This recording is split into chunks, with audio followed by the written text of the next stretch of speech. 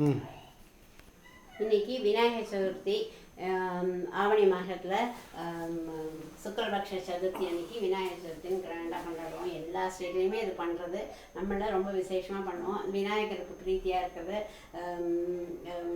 மோதகம், லட்டுகம், அதாவது எள்ளு கொழுக்கட்டை, தேங்காய் கொழுக்கட்டை, உப்பு கொழுக்கட்டை, வடை, அப்பம், சுண்டல், எல்லா வித பழங்கள், என்னென்ன பழம் கிடைக்கிறதோ எல்லா பழங்களும் இங்கே வச்சுருக்கோம். அப்புறம் தேங்காய் பழம் உடைச்சி விநாயகருக்கு பூஜை பண்ணி அருகம்புல்லால் ரொம்ப வேண்டி பூஜை பண்ணிவிட்டு அதுக்கப்புறம் இந்த நெய்வேத்தியமெல்லாம் பகவானுக்கு சமர்ப்பிச்சுட்டு அப்புறம் கற்பூரம் நீராஜனம் காமிச்சு எல்லாரும் நல்லா இருக்கணும்னு வேண்டிக்கிறோம்.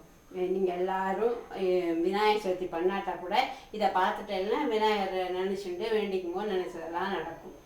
இந்த பிள்ளையாரை வந்து நாங்கள் இன்னும் ஒரு வாரத்தில் போய் காவேரியில் கொண்டு ஒரு நாள் கழிச்சு அடுத்த நாளைக்கு புனர் பூஜை பண்ணிட்டு பால் பழம் வச்சு நைவேத்தியம் பண்ணிட்டு அப்புறம் அடுத்த நாளைக்கு காவேரியில் கொண்டு, இங்கே காவேரி இருக்கிறதுனால காவேரியில் கொண்டு விசர்ஜனம் பண்ணுறோம். அப்படி இல்லைனாக்கா வீட்லேயே ஒரு கிணறு இருக்கிறவா அதில் பண்ணலாம். ஒரு பெரிய டப்பில் தண்ணி வச்சு அதில் விநாயகரை மூக்கி எடுத்துட்டு வச்சுக்கலாம். அவ்வளோதான் பண்ணுங்க. எல்லாருக்கும் நல்லது சேமமாக இருக்கணும். எல்லாரும் நல்லா இருக்கும். எல்லாரும் நல்லது நடக்கும்.